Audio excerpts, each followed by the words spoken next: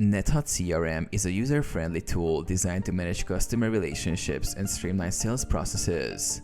Here's a quick guide for beginners. Create an account. Go to the Nethunt CRM website and sign up with your email address or through a Google account. Initial setup. Follow the setup wizard to configure basic settings, such as company details and user roles. Import data. Use the import function to upload your contacts from a CSV file or directly sync with Gmail. This helps populate your CRM with existing customer information. Set up pipelines. Create sales pipelines to track different stages of your sales process. Customize stages.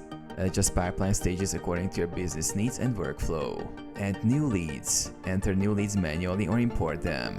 Assign them to specific pipelines and stages. Track activities.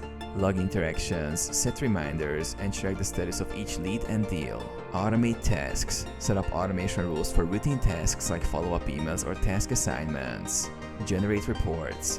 Use built-in reporting tools to analyze sales performance, track metrics, and gain insights.